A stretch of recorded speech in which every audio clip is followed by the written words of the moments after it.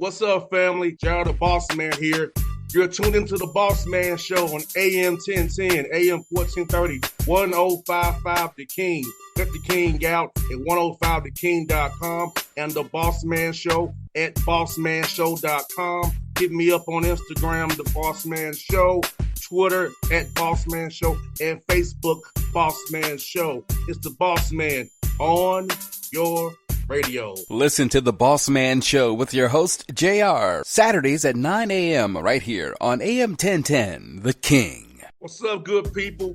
BetOnline is your number one source for all your betting needs. The latest odds, lines, and matchup reports for baseball, boxing, golf, and more.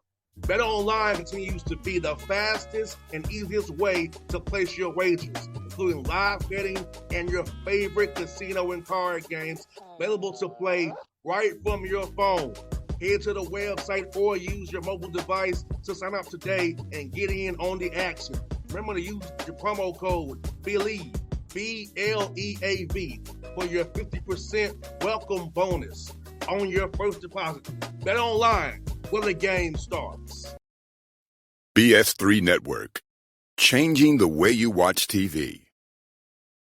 Yes, BS3 Network, changing the way you watch TV, covering content and hot topics from A to Z, sports, music, society and culture, movie reviews, you name it, we have it. Check it out on bs3network.com or check us out on Roku, BS3 TV on Roku, as well as check out your favorite podcast on all podcast platforms or Spreaker.com/BS3 Network. You are now tuned to BS3 Network.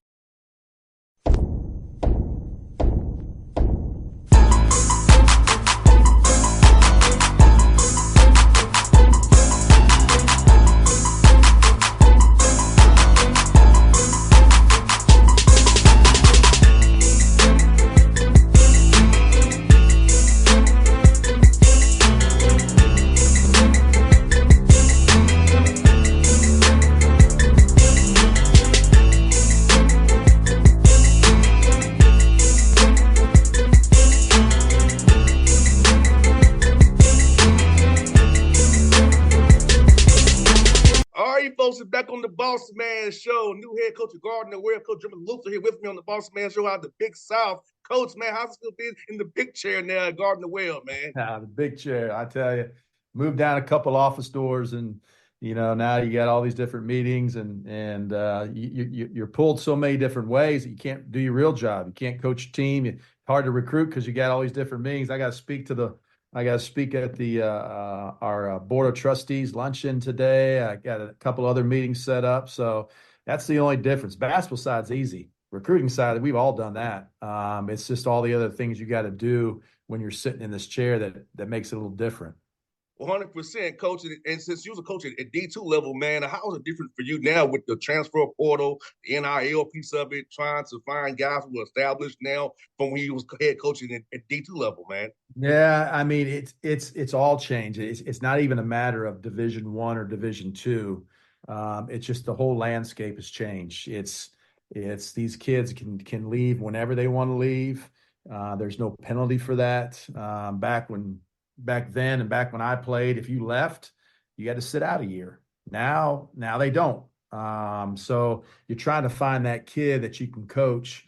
If you coach them too hard, they leave. If they don't get enough playing time, they leave. If they're too good and they're putting up big numbers, they leave. All right. So it's that fine line of trying to find some of these kids. And when this first went into effect, they only could transfer one time. And then the old rules kicked in. Now, you thought, hey, I'm going to take a bunch of transfers, get these transfers. Now they're locked into me. Well, now they can do whatever they want to do. So that whole method's out the window too.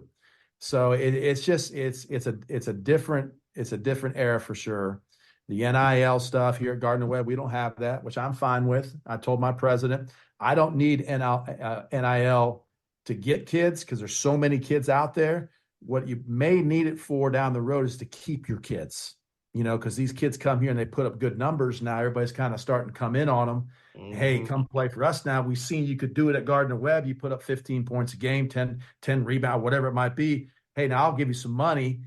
I tell those kids, where were those schools 2 or 3 years ago when they didn't want you? Well, I found you, I developed you, and now they want to throw some money at you and they dip out. So if you ever needed something, possibly maybe down the road, you might need something to keep a kid or two, but you don't need anything to get any kids because there's 2,872 kids in the portal right now. 100%, coach. And like you said, sometimes I tell these young men who I talk to probably offline about, hey, stay where you at, because if you want to play overseas and play the NBA or G League, you gotta be putting out good film and good tape. You getting 4 points a game at a Power 5 or a Group of 5 school, you're not playing. Did that help you any? I know. So I will stay where I'm at, put up numbers, and get drafted, because I'm a product of it in my school. Tennessee State's my school. Look at Robert Covington. If he left Tennessee State when he was put out of numbers, he would have been in the NBA right now. Had been in the NBA 12 years. Right. And that's a big deal. So we've had in my 11 years here, we've had 7 kids leave us and go Power 5. And it only worked out for 2. It worked out for a kid named Nate Johnson, left us and went to Xavier, started for 2 years. Good for him. Awesome. And it worked out for Lance Terry, who came home and went to Georgia Tech and, played at Georgia Tech and did a good job. But the other 5 or 6 kids, it's led to multiple transfers or those kids sitting there doing nothing. Well, you know what? I got the job here, 3 or 4 weeks ago, and I've got 3 kids coming, or one definitely coming back, who left us and tried to go high major. Didn't work out. He's going to come back and play for us. I got 2 others on the hook that left us. One went to Texas Tech. One went to Vanderbilt. They're talking about coming back because they saw, hey, I was doing really well at Gardner Webb. Put up really good numbers, and I try to go. I don't know the culture. I don't know the locker room. I don't know the teammates. Everybody's going to paint you a really good picture, right? They're going to tell you exactly what you want to hear. Hey, you come here, it's Power 5. You're going to get the minutes. You're going to get the money. You can get checked. And the next thing happens, they get there. It ain't what they thought it was. And they're like, whoa, hold up a second. I was at a place putting up 14, 15 a game. I was all conference. That's going to look a lot better and boost my pro check if I stay and continue to do that, So it's that fine line trying to educate these kids. They all think they all think the portal's a magic hat. They're just going to reach in, pull something out. Man, here we go. It doesn't work that way.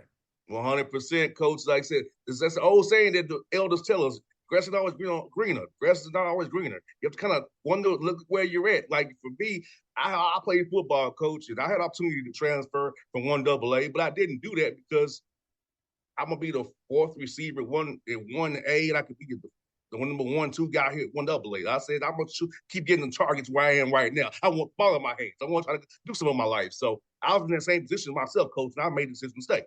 Now, I'm trying to tell these young men, it worked out for me doing what I did.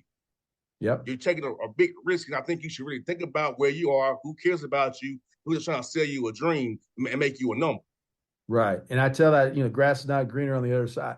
I'd say, well, it can be really green on the same side you're at if you water it, if you could take care of it, if you're wanted, and that's what we try to do for these kids. They're here and we're allowing them to do their thing, and they're putting a good resume. Their basketball career, I tell them, it's a resume. This is your resume, because they all want it. You walk into a locker room at our level and you say, how many kids want to play in the NBA? 13 out of 13 are raising their hands. And we all know none of those kids are going to the NBA, but there's opportunities to play professionally. So overseas, and that market has boomed. People are making really good livings doing that. So you know what you're doing for your 4 years? You're trying to put together a resume. And that resume needs to see you getting better each year, working on your craft each year, working on your skill set each year. And if you put together a good resume, somebody's going to come in and give you a chance to make some money and to further your career. But all of a sudden now you jump and you leave and you go somewhere and you gamble and you roll the dice and it doesn't work out. There's a gap in that resume. And now teams are a little bit uncertain about you because, hey, you did it here, but you couldn't produce it. You just leave that thing open for people's minds or scouts or whatever, or professional teams. They start to question that. Just be here, put your numbers in, be a good teammate, show up every single day, and you have a chance to make some money. And coach, your league, the Big South, man, is very competitive, man. I know Mike Morrell's a good friend of mine as well, man. He does a great job up there, man. And it's about how tough your league is. Talk about Coach Luther, man. It's great ball. Most people see more of what you all do in the Big South, man. Because it's a wonderful thing to watch how you guys compete like heck and go against each other in doing conference play, man. Yeah, yeah. So this year this is my 11th year, obviously, and this year we have the highest conference ranking or rating that we've ever had in my 11 years. I think we're as high as the 18th best league in the country. There's 32 leagues or 31 leagues, so we're a true definition of a mid-major. Mike does a great job. Griff Aldridge does a really good job. You still got me? I got you, coach. You see me? I I got a see you, call coach. coming I in right got you, now. coach. I see you, buddy. Okay. I got a call coming. Griff Aldridge does a good job. Darius Nichols does a good job. Mark Prosser does a good job over at Winthrop. So our league is really, really super competitive, and it's So you got to be ready to play every single night. And if you've looked over our league over the last few years, it comes down to that last weekend. You win this game, you could finish in second or first or second. You lose this game, you could finish in fifth or sixth. I mean, Longwood this year, if they hadn't beat High Point, I think it was at Longwood, they could have finished as low as eighth or ninth in our eighth, maybe. We only had 9 teams. Well, they won that game. They finished in a 3-way tie for fifth. And then they won 3 games in the conference tournament and got to the NCAA tournament. So that's the 5th place team in our league was able to string it together and win our league and go to the NCAA tournament. So you got to be able to bring it every single night. Really good coaches, really good players. And Coach Luther, since you're the head coach now, how are you going to approach the non-con schedule now? I know how Coach Kraft did it, so how are you going to kind of approach it now with what you're calling the shots now? Yeah. So I actually did the scheduling even for Kraft. Oh, I guess. I would find the teams and bring it. He made the ultimate decision, but I did the contracts and things like that. He and I have a little different philosophy. Our league allows you to play 3 non-Division I games, and most teams in our league they buy into that and they play those 3 nines. I don't have that same mentality. I don't have that same philosophy. I don't think beating a non-Division I on November 4th by 57 points gets my team ready in February or March to be where they need to get, to be the team they need to be. I think it gives you a false sense of security. It gives you a false sense of who you are because now you're making shots, you're making plays against inferior competition. I want to play the best we possibly can play. I want our team. I don't care if we win or lose. I want to be able to have my team every time they step on. They know they've got to show up. They know they've got to play. They know they're going to be tested. That's just been my kind of makeup. Even when I was a Division II guy, I always played the best teams I could find. I think we're judged on our league schedule, our league conference. It's a 1-bid league. So what's going to make me the best we can be in January and February? And I don't think just beating up on a non-Division I and you see teams 137-42. And what's that really do for you? Nothing. Boost some guys' stats, maybe. You got a guy, and that gets his head thinking, I'm really, really good. I just had, 27 points tonight against mom and pop school from wherever that doesn't even give scholarships. Well, good. You should do that. So I want to play the best we can play.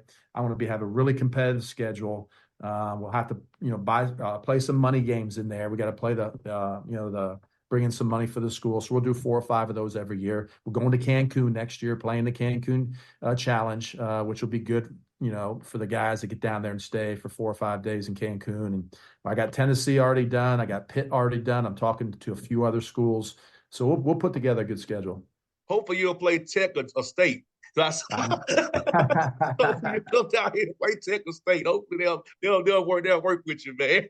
Yeah. Well, Georgia won't play us no more. A couple of years ago, we went over and beat Georgia pretty solid. We've beat Clemson in the past. We've beat Purdue in the past. We beat Wake Forest in the past. So a lot of these teams around here they call them the buy games. They're giving you money, guarantee games. They give you that money for what? So they guarantee a victory, and we've won a lot of those games. So a lot of these teams say, no, we ain't going to play Gardner Webb. Tim did a phenomenal job with that. So now the market for us to make some money, I got to kind of venture out a little bit for people that don't really know what we've done. Well, 100%, Coach, 100%. I totally get that, man. And for you, Coach, how are workouts been so far with the guys you have returning, man, as they end the semester here? So how has it been going so far for the guys?